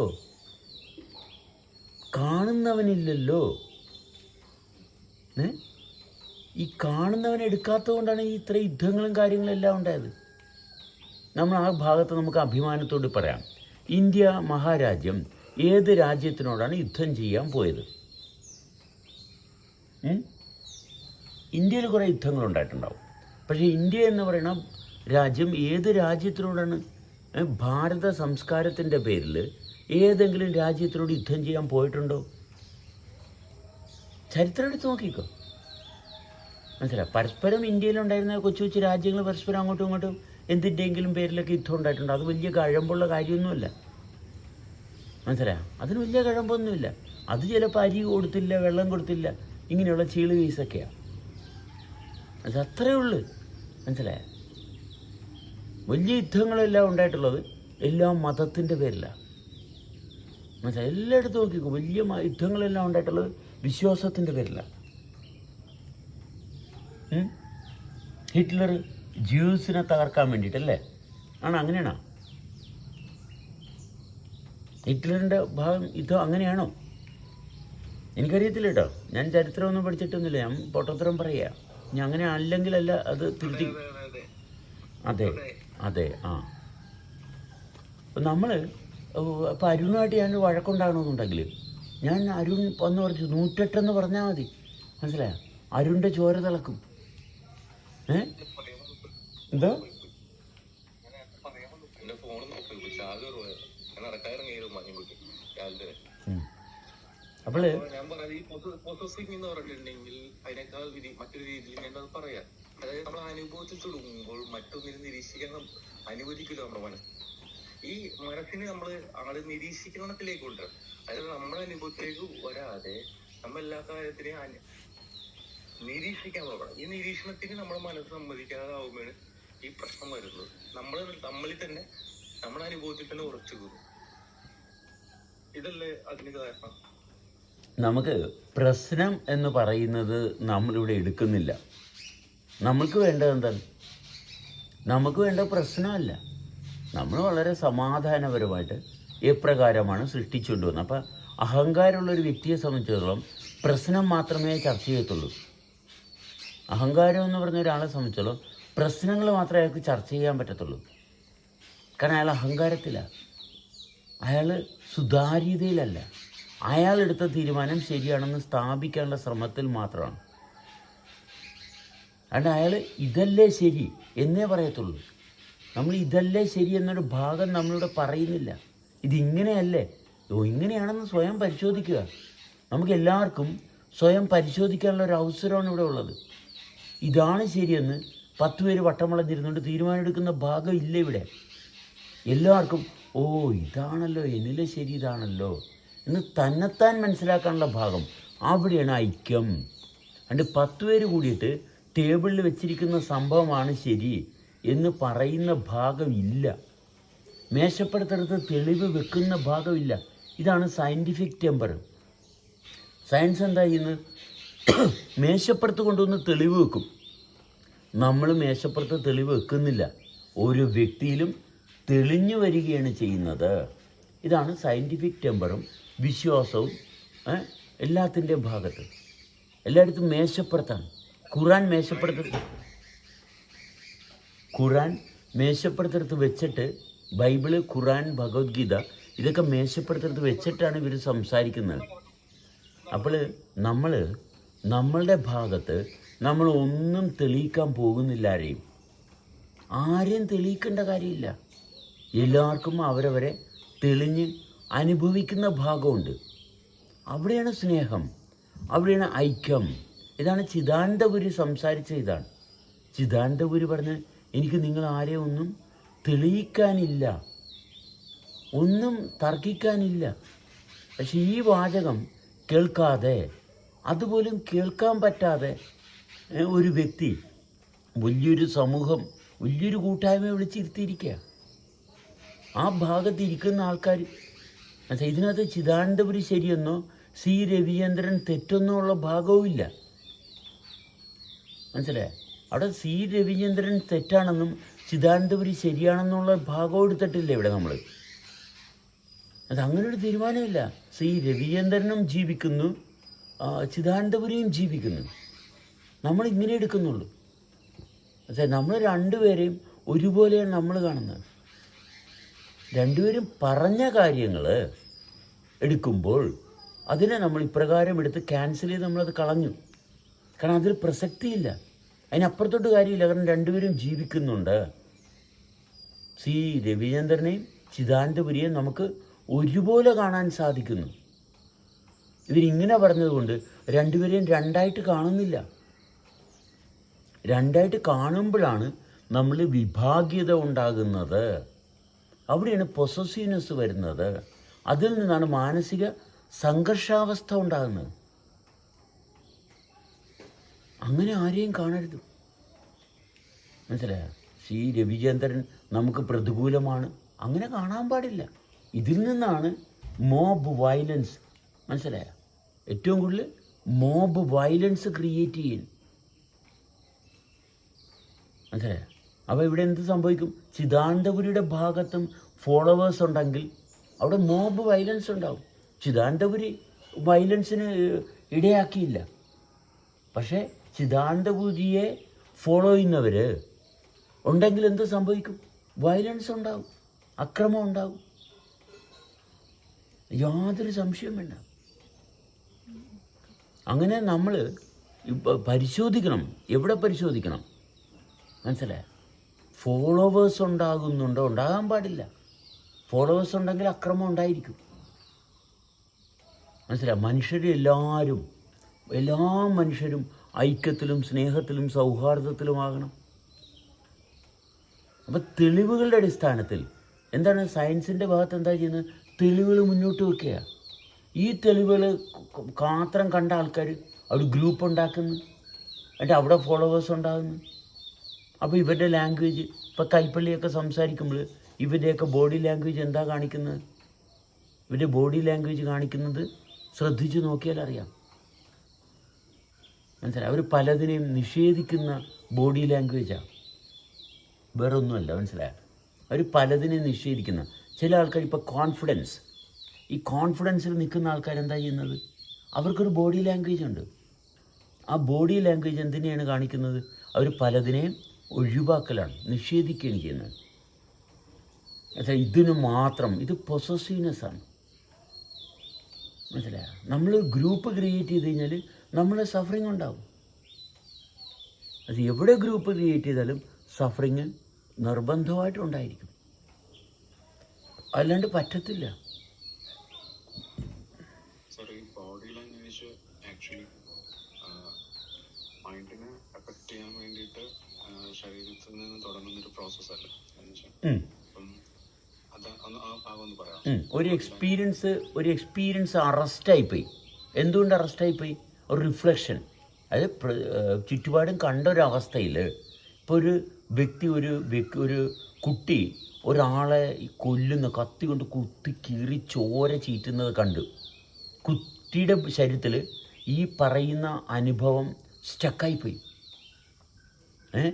ഇത് ഭയങ്കര ഗ്രോസ് ലെവലിൽ നിൽക്കുകയാണ്. ഈ കുട്ടി മെസ്മറൈസ്ഡ് ആയിപ്പോയി. ഈ ചിന്ത മാറ്റാൻ പറ്റുന്നില്ല. ഈ ചിന്ത തന്നെ കുട്ടിയുടെ ശരീരത്തിൽ ഇങ്ങനെ ആവർത്തിച്ചുകൊണ്ടിരിക്കുന്നു. ഇത് ഒരു ഗ്രോസ് ലെവലിൽ സംഭവിച്ചുകൊണ്ട് ഈ കുട്ടിയുടെ മാനസിക തലം തെറ്റിപ്പോയി. കാരണം ഇതിൽ മാത്രം ഇംപ്രസ്ഡ് ആയിപ്പോയി, അറസ്റ്റായിപ്പോയി. അപ്പോൾ എന്തു പറ്റി? ഫിയറായി ഈ വ്യക്തിയുടെ ബാക്കിയുള്ള ആക്ടിവിറ്റീസ് എല്ലാം നഷ്ടപ്പെട്ടു. ഇത് തന്നെ റിപ്പീറ്റ് ചെയ്ത് കണ്ടുകൊണ്ടിരിക്കുകയാണ്. എങ്ങനെയാണ് ഈ കുട്ടിയുടെ ഉള്ളിൽ? എങ്ങനെയാണ് ഈ കുട്ടിയുടെ ഉള്ളിൽ ഈ സീനിൻ്റെ ഒരു ആരംഭവും ഒരു അവസാനവും ഇങ്ങനെ ലൂപ്പിൽ കിടന്ന് കളിക്കുകയാണ്. ഈ കുട്ടിയുടെ പിന്നെ മാനസികാവസ്ഥ പോയി. കാരണം ശാരീരികമായിട്ടുള്ള അവസ്ഥ ഇതിൽ പെട്ടുപോയി. പക്ഷേ ഈ കുട്ടിയുടെ പക്വത എത്തുന്നതിന് മുമ്പ്, പ്രായപൂർത്തിയാകുന്നതിന് മുമ്പ് സംഭവിച്ചത് കൊണ്ടാണ്. എപ്പോഴാണ് പ്രായപൂർത്തി എന്ന് പറഞ്ഞാൽ എന്താണ്? ചുറ്റുപാടും നടക്കുന്ന കാര്യങ്ങളെ കൃത്യമായിട്ടും വേർതിരിച്ച് എൻ്റെ അനുഭവമായിട്ട് വ്യത്യസ്തമായിട്ട് കാണാൻ കഴിയുന്നവനാണ് പ്രായപൂർത്തി. ഇന്ന് 50 വയസ്സുള്ള ഒരാൾ കണ്ടാലും ഇങ്ങനെ തന്നെ സംഭവിക്കാം. എന്താ കാരണം? 50 വയസ്സുള്ള ആൾക്കും പ്രായപൂർത്തി ആയിട്ടില്ല. ആ പ്രായപൂർത്തി ആയിട്ടില്ല. ഇതാണ് ഇവിടെ നമ്മുടെ സമൂഹത്തിൽ കാണുന്ന അടിയും വഴക്കും തർക്കങ്ങളും എല്ലാത്തിനും കാരണം. ആരെങ്കിലും എന്തെങ്കിലും പറഞ്ഞാൽ അതിൽ ഇംപ്രസ്ഡായി പോകുകയാണ്, അറിയുന്നില്ല, അതിൽ പെട്ടുപോകുകയാണ്. ഇയാൾ പറഞ്ഞ തെറ്റാണ്, ഇയാളെ എതിർക്കണം, ഇയാളെ തകർക്കണം. അതെ, സെയിം സംഭവം തന്നെയാണ്. അത് കുറച്ചും കൂടി സൂക്ഷ്മതലത്തിലാണ് സംഭവിക്കുന്നതെന്ന് മാത്രം. അതെ, അപ്പോൾ ഇപ്പോൾ ഒരു കുട്ടിയെ സംബന്ധിച്ചുള്ള ഇങ്ങനെ ഒരു അപകടം കണ്ട് അത് സ്ഥൂലത്തിൽ സംഭവിച്ചു, അതുകൊണ്ട് ഈ കുട്ടിക്ക് വേറെ ഒന്നും ചെയ്യാൻ പറ്റുന്നില്ല. പക്ഷേ ഇതുപോലെ ഒത്തിരി അനുഭവങ്ങളൊരു വ്യക്തിയിലുണ്ടെങ്കിൽ ഈ വ്യക്തി നമ്മളിന്ന് എന്താണ് ട്രെയിൻഡ് വിശ്വാസി എന്ന് പറഞ്ഞ ഭാഗത്താണ്. വിശ്വാസി അതല്ല കേട്ടോ, പക്ഷേ മൃഗങ്ങളെ കൊണ്ടുവന്ന് ട്രെയിൻ ചെയ്യുന്നു. ഇപ്പം നമ്മൾ സർക്കസിൽ പോയി കഴിഞ്ഞാൽ സർക്കസ് കൂടാരത്തിൽ ഈ മൃഗങ്ങളെ അഴിച്ചു വിടുന്നൊരു ഭാഗമുണ്ട്. അതിനകത്ത് നടുക്കൊരു ട്രെയിനർ നിൽക്കും. ഈ ട്രെയിനറിൻ്റെ കയ്യിൽ എന്തുണ്ടാവും? ഒരു വിപ്പ് ഉണ്ടാവും, അല്ലേ? ഒരു ചാട്ട ഉണ്ടാവും. ഈ ചാട്ട പിടിച്ചിരിക്കുന്നതും ചാട്ട കൊണ്ട് ഇയാൾ അടിക്കുന്നൊരു ഭാഗമുണ്ട്. മൃഗങ്ങളെ അടിക്കുകയില്ല, പക്ഷേ പട്ടയെന്നും പറഞ്ഞൊരു ശബ്ദം ഉണ്ടാക്കും. ഈ ശബ്ദത്തിൻ്റെ കാരണം എന്താണ്? ഇതൊക്കെ ഈ അടിയെല്ലാം മൃഗത്തിന് കൊണ്ടിട്ടുള്ളതാണ്. മനസ്സിലായി? മൃഗത്തിന് ഭയങ്കര അതേസമയം നല്ല വേദനയും കൊടുത്തിട്ടുണ്ട്. ഈ ശബ്ദം കേൾക്കുമ്പോൾ മൃഗത്തിന് ഈ വേദനയാണ് ഓർമ്മ വരുന്നത്. അതുകൊണ്ട് മൃഗം അവിടെ അനങ്ങാതിരിക്കും. ഇത് ഇടയ്ക്കിടയ്ക്ക് അടിച്ചില്ലെങ്കിൽ, കാരണം മൃഗത്തിൻ്റെ മെമ്മറി എന്ന് പറയുന്നത് ലോങ് ലാസ്റ്റിംഗ് അല്ല. ലോങ് ലാസ്റ്റിംഗ് മെമ്മറി ഇല്ലാത്തതുകൊണ്ട് ഈ നിൽക്കുന്ന ട്രെയിനർ റിപ്പീറ്റിൽ ഇത്ര സെക്കൻഡ് കഴിയുമ്പോൾ ഇയാൾ ടേ അടിച്ചുകൊണ്ടിരിക്കും. മനസ്സിലായി? ഇതുകൊണ്ടാണ് നമ്മളിവിടെ പല മതത്തിൻ്റെ ഭാഗത്തും ആചാരങ്ങളിൽ ആവർത്തനം ഇട്ടുകൊടുത്തിരിക്കുന്നത്. ഒരു ക്രിസ്ത്യാനി എല്ലാ ദിവസവും പള്ളിയിൽ പോകണം, ഇല്ല എന്തുകൊണ്ടാണെങ്കിലും ഞായറാഴ്ച പള്ളിയിൽ പോയിരിക്കണം. മനസ്സിലായോ? കാരണം ഇത്രയേ ഉള്ളൂ മനുഷ്യൻ്റെ മെമ്മറി. മനസ്സിലായോ? മനുഷ്യൻ്റെ മെമ്മറി ഇത്രയൊക്കെ പിടിച്ചു വെക്കാൻ പറ്റത്തുള്ളൂ. ഇനി അപ്പുറത്തോട്ട് പറ്റത്തില്ല. അപ്പോൾ അഴിഞ്ഞു പോവും. അതുകൊണ്ട് റിപ്പീറ്റ് ചെയ്ത് ഇട്ട് കൊടുക്കും. മനസ്സിലായി? ആവർത്തിച്ചിട്ട് കൊടുക്കും. അതുകൊണ്ടാണ് ഈ പാർട്ടിക്കാരൊക്കെ എന്താ ചെയ്യുന്നത്? മീറ്റിങ്ങുകൾ നടത്തിക്കൊണ്ടിരിക്കും. മനസ്സിലായോ? എല്ലാ ആഴ്ചയിലും ഒരു മീറ്റിംഗ്. മനസ്സിലായോ? പ്രവർത്തനങ്ങൾ, ഉത്തരവാദിത്തങ്ങൾ ഇട്ട് കൊടുക്കും. എന്തിനാണ്? മെമ്മറി ഭയങ്കര വീക്കാണ് മനുഷ്യൻ്റെ മെമ്മറി ഭയങ്കര വീക്കാണ്. അല്ലാണ്ട് ഭയങ്കര സ്ട്രോങ് മെമ്മറി ഒന്നും മനുഷ്യനും ഇല്ല. ഇതെല്ലാം റിപ്പീറ്റ് ചെയ്ത് നമ്മളിങ്ങനെ മെമ്മറൈസ് ചെയ്ത് കാരണം ഇതല്ലാണ്ട് മനുഷ്യനെ കൺട്രോൾ ചെയ്യാൻ പറ്റുന്നില്ല. കൺട്രോൾ ചെയ്യണമെന്നുണ്ടെങ്കിൽ ഇതേ വഴിയുള്ളൂ. ഈ മെമ്മറി എടുത്ത് കളഞ്ഞു കഴിഞ്ഞാൽ മനുഷ്യൻ സോംബീസായി. കാരണം അനുഭവത്തിൽ നിൽക്കാൻ പറ്റുന്നില്ല. മനുഷ്യൻ സോംബീസാവും. അതുകൊണ്ട് ഇതെല്ലാം മനുഷ്യരും ട്രെയിൻഡ് മനുഷ്യരാണ് ഇന്ന് നമ്മൾ സൊസൈറ്റിയിൽ കാണുന്നത്. സൊസൈറ്റിയിൽ കാണുന്ന ആൾക്കാർ ട്രെയിൻഡാണ്. അവർ ഇന്നതുപോലെ കാണിച്ചാൽ പ്ലക്കാർഡ്സ് കാണിച്ച് ഈ പരസ്യം എന്താ ചെയ്യുന്നത്? പരസ്യം ഗവേഷണം നടത്തിയിട്ടാണ് പരസ്യങ്ങൾ വരുന്നത്. അതിൻ്റെ ഗവേഷണം എന്താണ്? ഇവർ എങ്ങനെയാണ് റിയാക്ട് ചെയ്യുന്നത്? കാരണം ആദ്യം എന്താ ചെയ്യുന്നത്? ഒരു സോഷ്യൽ കണ്ടീഷനിങ് ഉണ്ട്. ഈ കണ്ടീഷനിങ് ചെയ്യുന്നതിന് ഒരു പ്ലാറ്റ്ഫോം ഉണ്ട്. അത് പഠിക്കാൻ എളുപ്പമാണ്. അതിൻ്റെ പ്ലാറ്റ്ഫോം അവർക്ക് ക്ലിയറാണ്. നമ്മുടെ സൊസൈറ്റിയിൽ ഇന്ന കണ്ടീഷനിൽ പെട്ട ആൾക്കാരാണ്. അപ്പോൾ ഇവരുടെ ഒരു സ്റ്റാൻഡ് എടുത്തു വെച്ചിട്ട് ഇവരിലാണ് ഈ ട്രെയിനിങ് കംപ്ലീറ്റ്, ഈ ഗവേഷണം മുഴുവൻ നടത്തുന്നത് ഇവരിലാണ്. എന്നിട്ട് ഇവരെ എന്തൊക്കെയാണ് ഇവരുടെ അറ്റൻഷൻ എങ്ങനെ ഏത് രീതിയിലാണ് പോകുന്നത്, അതിനനുസരിച്ചാണ് പരസ്യങ്ങൾ ചെയ്യുന്നത്. മനസ്സിലായോ? ഒരുപാട് കാശ് മുടക്കിയാണ് ഒരു പരസ്യം ഇതിൻ്റെ ഗവേഷണം നടത്തുന്നത്. എൻ്റെ പരസ്യം നമ്മൾ കാണുമ്പോൾ ഈ പരസ്യമൊന്നും എന്നെ സ്വാധീനിച്ചിട്ടില്ലെന്നാണ് നമുക്ക് തോന്നുന്നത്. പക്ഷേ ഏത് പരസ്യം നമ്മളെ ഇങ്ങോട്ട് കൊണ്ടുപോകുന്ന ഒരു പിടുത്തവും ആർക്കും കിട്ടുന്നില്ല. ഇന്ന പരസ്യം കണ്ടിട്ട്, ഞാൻ ലക്സ് സോപ്പിൻ്റെ പരസ്യം കണ്ടിട്ടാണ് ഞാൻ ലക്സ് സോപ്പ് മേടിച്ച് ഉപയോഗിക്കുന്നതെന്ന് ആരും പറയത്തില്ല. അങ്ങനെയല്ല, അറിയത്തുപോലുമില്ല. മനസ്സിലായി? നമ്മൾ പല ഉൽപ്പന്നങ്ങളും വാങ്ങി ഉപയോഗിക്കുന്നത് ഈ പരസ്യം നമ്മളെ എങ്ങനെ സ്വാധീനിച്ചെന്ന് ഒരു പിടിയും കിട്ടത്തില്ല. ഇതുപോലെ തന്നെയാണ് ഈ പല മോട്ടിവേഷണൽ ടോക്കേഴ്സും. ഇതുപോലെ തന്നെ ഇപ്പം ഞാൻ സംസാരിക്കുമ്പോൾ എൻ്റെ ചില വാക്കുകൾ ചില ആൾക്കാരിൽ എവിടെയൊക്കെയാണ് കയറി ഉടക്കുന്നതെന്ന് പറയാനൊക്കത്തില്ല. അതുകൊണ്ട് എന്താ ചെയ്യുന്നത്? നമ്മൾ സർവ്വ കാര്യങ്ങളിലും മനസ്സിലായോ ഒരു അടിസ്ഥാനവുമില്ലാതെ ഒരു പാറ്റേണും ഇല്ലാതെയാണ് നമ്മൾ സംസാരിക്കുന്നത്. ഒരു പാറ്റേണും ഇല്ല. നമ്മൾ ചിലപ്പോൾ നല്ല പച്ചത്തെറി പറയും, ലൈംഗികമായിട്ട് ബന്ധപ്പെടുന്ന ഭാഗത്തെപ്പറ്റി പറയും. ഇതെല്ലാം നമ്മൾ ഷെയർ ചെയ്യും. കാരണം എന്തുകൊണ്ടാണ്? ഈ പാറ്റേൺ ക്രിയേറ്റ് ചെയ്യാതിരിക്കാനാണ്. അനുഭവത്തിൽ തന്നെ എത്തണം. അനുഭവത്തിൽ ഇപ്പോൾ എന്നെ വിളിച്ച് പറയുന്നു, സാറേ ഈ തെറിയൊക്കെ പറയണത് മറ്റുള്ളവരവിടെ തെറി പറഞ്ഞാൽ എഴുതി വെക്കട്ടെ, സാറ് എന്തിനാണ് ഈ തെറി വായിക്കണത്? എന്തിനാണ്? നമ്മൾ തെറി വായിച്ചുകൊണ്ട് എന്താണ്? അപ്പോൾ അവർ പാറ്റേണിൽ സ്റ്റക്കാകുകയാണ്.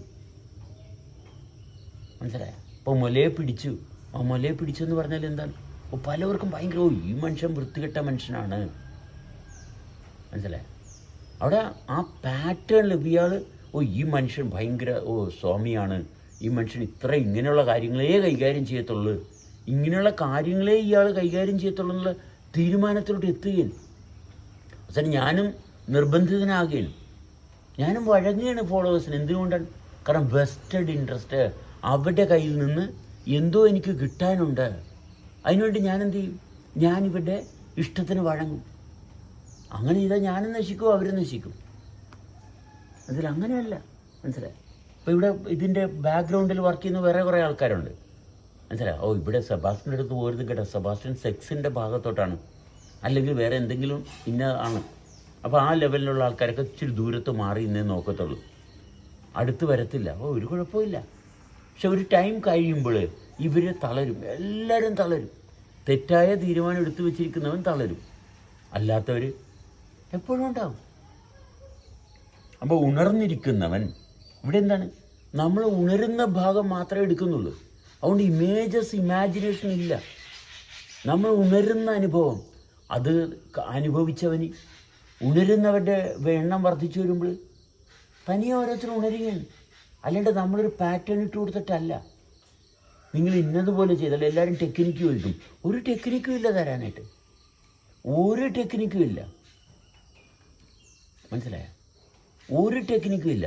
ഇന്നലെ ഇപ്പോൾ ബോധം ഗ്രൂപ്പിൽ ചോദിച്ചപ്പോൾ ഞാൻ പറഞ്ഞു 3 സെക്കൻഡ് അല്ലെ ഇത്രയും മിനിറ്റ് ശ്വാസം എടുത്ത് പിടിച്ചു വെച്ചിട്ട് വെറും തട്ടിപ്പാണെന്നുള്ള ഭാഗം അവിടെ അറിയാൻ വേണ്ടിയിട്ട് തന്നെയാണ്. അങ്ങനെ ഒരു സാധനമില്ല, അങ്ങനെ ഒരു ടെക്നോളജിയും ഇല്ല ചെയ്യാനായിട്ട്. അത് ഇത് നിരന്തരം പ്രവർത്തിച്ചുള്ളൂ. എല്ലാവരും ചോദിക്കണം നിങ്ങളെങ്ങനെ, നിങ്ങളുടെ ജീവിതം എങ്ങനെയാണ്? പൊട്ടത്തരമാണ് ചോദിക്കുന്നത്. എന്നുവെച്ചാൽ അവനവൻ്റെ ജീവിതം എന്താണെന്ന് അന്വേഷിക്കുന്നതിന് പകരം മറ്റൊരാളുടെ ജീവിതം എന്താ ഷോർട്ട് കട്ട് അന്വേഷിക്കും. ഞാൻ എന്റെ നിരീക്ഷണത്തിലേക്ക് എത്താൻ വേണ്ടി ഞാൻ ആ വാദം കൊണ്ടുവന്നു പറഞ്ഞത്, പക്ഷെ അതൊക്കെ തെറ്റാണ്, അങ്ങനെ പറയാൻ പാടില്ല എന്ന് ഞാൻ പറഞ്ഞു. അപ്പോൾ നമ്മൾ ആ ഓരോ വ്യക്തിയും അവനവൻ്റെ ജീവിതത്തെ അനുഭവിക്കുന്നൊരു ഭാഗമുണ്ട്. അവിടെ നമ്മൾ ശരിയും തെറ്റുന്നൊരു ഭാഗം ഇവിടെ നിന്ന് ആരും എടുക്കുന്നില്ല, ആരാണ് ചോദിച്ചതെന്നൊന്നും ഇവിടെ ഒന്നും അങ്ങനെ ഒരു ഭാഗമൊന്നും എൻ്റെ കയ്യിലില്ല. ആര് ചോദിച്ചു ഇതൊന്നും നമ്മൾക്ക് അങ്ങനെ ഒരു വിഷയമേ ഇല്ല. ഒരാളെയും നമ്മൾ അഡ്രസ്സ് ചെയ്യുന്നില്ല. മനസ്സിലായി? നമ്മളിപ്പോൾ ചിദാനന്ദപുരി അല്ലെങ്കിൽ സി രവീന്ദ്രൻ ഇവരെയൊന്നും നമ്മൾ അഡ്രസ്സ് ചെയ്യുന്നില്ല. മനസ്സിലായി? അവരെ കേന്ദ്രീകരിച്ചിട്ടൊന്നും അല്ല നമ്മുടെ ടോക്കും നമ്മുടെ ജീവിതവും പോകുന്നത്. ഇവരെയൊക്കെ നമ്മളെടുത്ത് വെറുതെ ജസ്റ്റ് ബ്രഷ് ഓഫ് ചെയ്യണമെന്ന്. മനസ്സിലായി? ഇവരൊക്കെ ജസ്റ്റ് എടുത്ത് ബ്രഷ് ഓഫ് ചെയ്ത് പോകുന്നെന്ന് മാത്രമേ ഉള്ളൂ. അതുകൊണ്ട് അവരിലൊന്നും നമ്മൾ പിടിച്ചു നിൽക്കുന്നില്ല, ഒന്നിലും പിടിച്ചു നിൽക്കുക, ഒരാളിലും പിടിച്ചു നിൽക്കുന്നില്ല. അനുഭവത്തിൽ നിൽക്കുമ്പോൾ തുടർച്ചയാണ്. മഹാത്ഭുതമല്ലേ ഈ ജീവിക്കുക എന്ന് പറയുന്നത്? ആ മഹാത്ഭുതത്തെ തൊട്ടറിയുന്നു, അതാണ് അനുഭവം. അവിടെയാണ് ജീവിതം. പക്കാ സിമ്പിളാണ്. കാരണം ഇത് ആരുടെയും സൃഷ്ടിയല്ല, അതുകൊണ്ട് തെളിവുകൾ ആവശ്യമില്ല. ഇത് ആരുടെയും സൃഷ്ടിയല്ല. ഇതിൻ്റെ അധികാരം അനുഭവിക്കുന്നതിന് മാത്രമേ കിട്ടത്തുള്ളൂ. ആർക്ക് സത്യസന്ധമായിട്ട് ഇരിക്കാൻ സാധിക്കുന്നു അവന് മാത്രം അർഹതപ്പെട്ടതാണ് ഈ അനുഭവം, അല്ല വേറെ ആർക്കും അനുഭവപ്പെട്ടതല്ല. ആർക്കാണ് അർഹതപ്പെട്ടത്? അനുഭവിക്കുന്നവന്. ആർക്ക് വേണേലും അഴിച്ചു നോക്കാവുന്നതാണ്. അപ്പം നഗ്നനായാൽ മാത്രമേ ഇത് അഴിച്ചു നോക്കാൻ പറ്റത്തുള്ളൂ. നഗ്നനാകണം. ഈ നഗ്നത എന്ന് പറയുന്നത് എന്താണ്? നമ്മൾ ഉണ്ടാക്കി വെച്ചിരിക്കുന്ന തീരുമാനങ്ങൾ, ആ തീരുമാനങ്ങൾ എടുത്തു കളയുമ്പോൾ നഗ്നതയായി. മനസ്സിലായി? നഗ്നതയിൽ കിട്ടുന്നത് എന്താണ്? പ്രപഞ്ചത്തിൻ്റെ സൃഷ്ടിയെയാണ് കൈവരിക്കുന്നത്. അനന്തമായിട്ടുള്ള സാധ്യതയാണ്, നിരന്തരമായിട്ട് നിലനിൽക്കാനുള്ള അവസരങ്ങളാണ്. ഇതാരാണ് നിഷേധിക്കുന്നത്? ഇതാര് എന്തിനു വേണ്ടിയിട്ട് നിഷേധിക്കണം? എന്തിനു വേണ്ടിയിട്ട്? ലോകത്തിൽ ആരൊക്കെ എന്തെല്ലാം വാഗ്ദാനം ചെയ്യാമെന്ന് പറഞ്ഞാലും ഈ ഭാര്യയും ഭർത്താവ് ജീവിതത്തിൽ പറ്റുന്ന കുഴപ്പം എന്താണ്? ഇവർ രണ്ടുപേരും മാത്രമാണ് കൺസൾട്ടേഷൻ. മനസ്സിലായോ? ഇതുകൊണ്ട് മാത്രമാണ് കുടുംബജീവിതം തകർന്നു പോയിക്കൊണ്ടിരിക്കുന്നത്. മനസ്സിലായി? കൺസൾട്ടേഷൻ ഇവർ രണ്ടുപേരും മാത്രം, പല രഹസ്യങ്ങളും ഇവർ രണ്ടുപേരും മാത്രമായിട്ട് കൈകാര്യം ചെയ്യുന്നുണ്ട്. ഇവരൊറ്റപ്പെട്ട് നശിച്ചു പോവുകയും എല്ലാവരുമായിട്ട് തുറന്ന് ഷെയർ ചെയ്യാം. പക്ഷെ അതുകൊണ്ട് സെക്ഷൽ ഇൻ്റർകോഴ്സ് എല്ലാവരുമായിട്ട് ചെയ്യണമെന്ന് യാതൊരു നിർബന്ധവുമില്ല. മനസ്സിലായി? പക്ഷേ സെക്ഷുവൽ കാര്യങ്ങൾ മറ്റുള്ളവരോട് ഷെയർ ചെയ്യണം, ഇൻ്റർകോഴ്സ് ചെയ്യണമെന്ന് നിർബന്ധമൊന്നുമില്ല. പക്ഷേ എല്ലാവരും, കാരണം എന്താണ്? സെക്ഷുവാലിറ്റിയുടെ ഭാഗത്ത് ചിലവർ പെട്ടുകിടപ്പുണ്ട്. മനസ്സിലായോ? നമുക്ക് ഈ കുടുംബത്തിന്റെ ഒരു കാര്യം പറയുമ്പോൾ ഒരു കുടുംബത്തെ കുറിച്ച് എന്താണ് ചിലപ്പം ഇടയിൽ ചോദിച്ചതിന് കുഴപ്പമുണ്ട്. അതായത് നമുക്ക് ഈ കുടുംബം എന്ന് പറയുമ്പോൾ നമുക്ക് ഒരു 4-5 പേരുണ്ടെങ്കിൽ ആ 4-5 പേരെ ജീവിതം നമുക്ക് വേരെടുത്ത് കൊണ്ടുപോകാൻ പറ്റും. അതേസമയം നമ്മൾ ഈ മൊത്തം നോക്കിയെടുക്കാം, മൊത്തം അന്തരീക്ഷത്തിലുള്ള വ്യക്തികളെ നോക്കിയെങ്കിൽ നമുക്ക് അവരെ സഹായിക്കാൻ പറ്റൂല. നമുക്ക് സഹായവും നമ്മുടെ പറഞ്ഞു മനസ്സിലാക്കണ്ട. നമ്മൾക്ക് ആരെയും സഹായിക്കാൻ പറ്റത്തില്ലെന്നുള്ള തിരിച്ചറിവാണ് ആദ്യം വേണ്ടത്. ഈ സഹായിക്കാൻ പറ്റുമെന്നുള്ള തീരുമാനം എല്ലാവർക്കും ഒരുമിച്ച് പോകാൻ പറ്റും. ആ വരുമാനത്തിൽ എല്ലാവർക്കും ഒരുമിച്ച് പോകാൻ പറ്റും. ഇങ്ങനെ കുടുംബങ്ങളായിട്ട് ഇരിക്കുമ്പോൾ, ഓരോരുത്തർ കുടുംബങ്ങളായിട്ട് ഇരിക്കുമ്പോൾ അവർക്ക് ആ വരുമാനത്തിൽ നിന്ന് സുഖമായിട്ട് ജീവിക്കും. പക്ഷെ നമ്മൾ ഒരാളെ ഈ എല്ലാവരെയും സഹായിക്കാൻ നോക്കിയിട്ടുണ്ടെങ്കിൽ സഹായിക്കാൻ പറ്റൂല. ആ കുടുംബം ഉണ്ടെങ്കിൽ മാത്രമേ ഒരു കറക്റ്റായിട്ട് പോകും എന്നതാണ് എന്റെ നിരീക്ഷണം. ഇല്ല, ഇത് നിരീക്ഷണമൊന്നുമല്ല. നമ്മൾ ഈ കുടുംബം എന്ന് പറയുന്നത് നിരീക്ഷിച്ചുണ്ടാക്കുന്നതൊന്നുമല്ല, നിരീക്ഷണത്തിൽ കിട്ടുന്നതുമല്ല. നമ്മൾ കുടുംബം എന്ന് പറയുമ്പോൾ കൂടുമ്പോൾ ഇമ്പമുള്ളതെല്ലാം കുടുംബമാണ്. ഇത് വളരെ സർവ്വസാധാരണമാണ്. പക്ഷേ ഇതിനെ റെസിസ്റ്റ് ചെയ്ത് നടക്കുന്നത് കൊണ്ടാണ്. ഇമ്പം എല്ലായ്പ്പോഴും എല്ലായിടത്തും ഉണ്ട്. പക്ഷെ മറ്റുള്ളവർ ഇയാൾ സ്ട്രേഞ്ചറാണ്, ഇയാൾ അപരിചിതനാണ്, ഇയാളെ ഒഴിവാക്കാനാണ് നോക്കുന്നത്. ഈ ഒഴിവാക്കുക എന്നുള്ള ബലം പിടുത്തം ഉള്ളത് കൊണ്ട്, ഈ ഇമ്പത്തിൽ തുടരാൻ പറ്റാത്തതുകൊണ്ട് നാമമാത്രമായിട്ടുള്ള ചില വസ്തുക്കളിലും ചില വ്യക്തികളിലും പെട്ടുപോകുന്നു. അവിടെയും കുടുംബമില്ല. പേരൊപ്പിക്കാൻ വേണ്ടിയിട്ട് കുറേ ആൾക്കാർ കുടുംബജീവിതമാണെന്ന് പറയുന്നു. പക്ഷെ അതിനകത്ത് ഇമ്പമില്ല. കാരണം ഇമ്പം എന്താണ്? ഇമ്പം അല്ല, ഒറ്റടിക്ക് എല്ലാവരിലും ഇമ്പം ഇല്ല എന്ന് പറയുന്നത്. ശരി, നിങ്ങൾ ശ്രദ്ധയോട് കേൾക്കും മാഷേ. നിങ്ങൾ ശ്രദ്ധയോടുകൂടി കേൾക്ക്. നിങ്ങൾ കേൾവിയാണ് നിങ്ങൾക്ക് കുറവ്. മനസ്സിലായി? കേൾവിയിൽ ഇമ്പമില്ല. നിങ്ങൾക്ക് കേൾവിയിൽ ഇമ്പമില്ല. അല്ല, ഞാൻ ചോദിച്ചോട്ടെ, ഇവിടെ ഇരിക്കണതില് എത്ര പേർക്ക് കുടുംബത്തിൽ ഇമ്പമുള്ള ആൾക്കാർ? ഹേയ്, നിങ്ങളിവിടെ വീണ്ടും നിങ്ങൾ ശ്രദ്ധിക്കുന്നില്ല. ഇവിടെ ആരെയും നമ്മളിവിടെ ലാബിലെടുത്ത് വെച്ചിട്ടില്ല. ഇവിടെ പരീക്ഷണ വസ്തു അല്ല. ആൾക്കാർ ആരെയും പരീക്ഷണ വസ്തു ആക്കുന്നില്ല. ഇവിടെ സർവേക്ക് ആരെയും കൊണ്ടൊന്നും വെച്ചിട്ടില്ല. ഇവിടെ ഇരിക്കുന്ന ആരും ഗിനി പിഗ്സ് അല്ല. എല്ലാവരും വ്യക്തിത്വവും അഭിമാനമുള്ള മനുഷ്യരാണ്. സുഹൃത്തെ, നിങ്ങൾ ആരെയും ചോദ്യം ചെയ്യല്ലേ.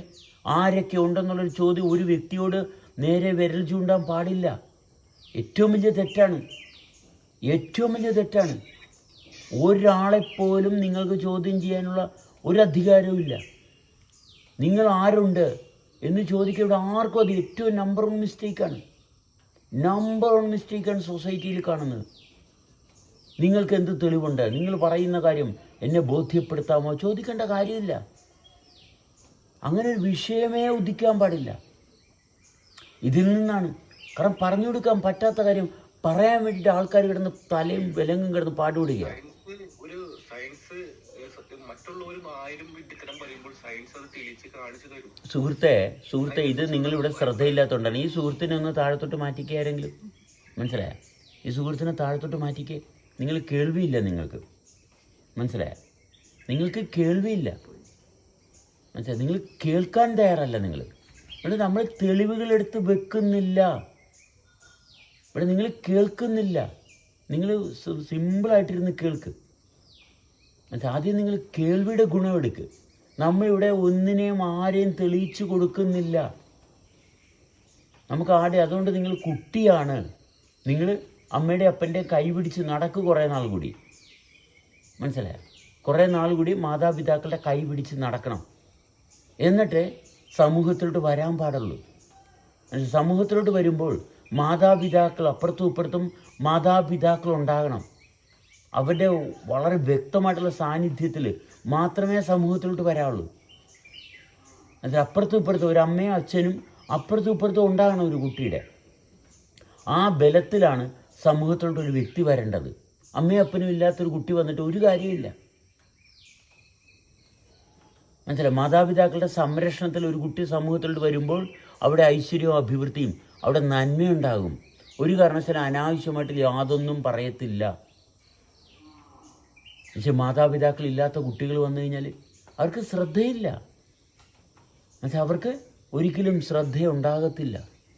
അടിസ്ഥാനമില്ല. ഇടവും വലവും, മനസ്സിലായ? ഇടവും വലവും കാത്തു സൂക്ഷിക്കുന്ന മാതാപിതാക്കൾ ഉണ്ടാകണം. അവർക്ക് സമാധാനം ഉണ്ടാകത്തുള്ളൂ. അവർ പ്രൊട്ടക്റ്റഡാണ്. അവരൊരു ഷീൽഡിനകത്താണ്. അപ്പോൾ ഈ ഷീൽഡില്ലാത്തവർ വന്നു കഴിഞ്ഞാൽ ഇവർക്ക് ശ്രവണം ഉണ്ടാകില്ല. ശ്രവണവും മനനവും നിധിധ്യാനവും ഉണ്ടാകത്തില്ല. മനസ്സിലായോ? അങ്ങനെ ഒരു വാക്കുണ്ടല്ലേ, നിധിധ്യാനം. ഒപ്പം കറക്റ്റാണ്. പല്ല് നാക്കൊടിക്കാത്തതുകൊണ്ടേ. നമ്മൾ തെളിവുകളില്ല ഇവിടെ. ആരെയും പറഞ്ഞു എന്താ എന്താ നിരുധ്യാസനം. ഓ, അത് തന്നെ അരുൺ പറഞ്ഞതുപോലെ നിരുധ്യാസനം. അതിൻ്റെ അർത്ഥം എന്താണ്? അതിൽ തന്നെ പകർത്തിക്കൊണ്ടുവരുന്നതാണ് നിരുധ്യാസനം. അതെ, ശ്രവണം, മനനം, അനലൈസ് ചെയ്യുന്നത് ജീവിതത്തിലേക്ക് പകർത്തുന്നു. അതെ, അതിൽ ഉറക്കണം. അതെ, അതിലോട്ട് ഉറക്കണം. പക്ഷേ അതിലോട്ട് പകർത്തുന്നതല്ല, നമ്മളിലുള്ള അനുഭവം തെളിഞ്ഞു വരുന്നതിൽ ഉറക്കണം. തെളിഞ്ഞു വരുന്നതിൽ ഉറക്കണം. എന്നുവെച്ചാൽ നമ്മൾ പുസ്തകത്തിലെ അർത്ഥത്തിലോട്ട് പോകുന്നതിനേക്കാൾ 1000 മടങ്ങ് ശ്രേഷ്ഠമാണ് അനുഭവത്തിൻ്റെ വെളിച്ചത്തിൽ. വാക്കുകളുടെ അർത്ഥം പുസ്തകത്തിൽ എന്തും പറഞ്ഞോട്ടെ, പക്ഷെ അനുഭവത്തിൽ കിട്ടുന്നുണ്ടോ? ഉണ്ടെങ്കിൽ അതുകൊണ്ട് കഴിഞ്ഞു, മനസ്സിലായി? അതുകൊണ്ട് ജീവിതം തെളിഞ്ഞു. അത്രയേ ഉള്ളൂ കാര്യം. അപ്പം തെളിവുകളല്ല, അനുഭവങ്ങളാണ്, മനസ്സിലായി? ഇപ്പോൾ ക്രിട്ടിക്കൽ എന്താ ചെയ്യുന്നത്? ക്രിട്ടിക്കൽ വിഷ്യസ് സർക്കിളിലാണ്, ലൂപ്പിലാണ് കിടക്കുന്നത്. എന്താ, പുള്ളിക്ക് ശ്രദ്ധയില്ല, പുള്ളി ശ്രദ്ധിക്കാൻ തയ്യാറല്ല, മനസ്സിലായി? ആ വ്യക്തിയുടെ അവസ്ഥ ഇരുന്ന് ശ്രദ്ധിക്കാൻ, കാരണം കുറച്ച് അധികം വേദനിക്കേണ്ടി വരും. കാരണം ഒരു പ്രവൃത്തിയും തുടർച്ചയായിട്ട് ചെയ്യുന്നില്ല, ഒരു പ്രവൃത്തിയും വൃത്തിയായിട്ട് ചെയ്യുന്നില്ല. ഏതൊരു വ്യക്തിയും ഒരു പ്രവൃത്തി തുടർച്ചയായിട്ട് ചെയ്യുന്നില്ലെങ്കിൽ എന്ത് സംഭവിക്കും? ശ്രവണം ഉണ്ടാകത്തില്ല. ശ്രവണം ഭയങ്കര അപകടം പിടിച്ച മേഖലയായതുകൊണ്ട് ശ്രവണം വളരെ നിർബന്ധമാണ്. ശ്രവണം വളരെ നിർബന്ധമാണ്. കാരണം വളരെ സൂക്ഷ്മമായിട്ടുള്ള തലത്തിലാണ്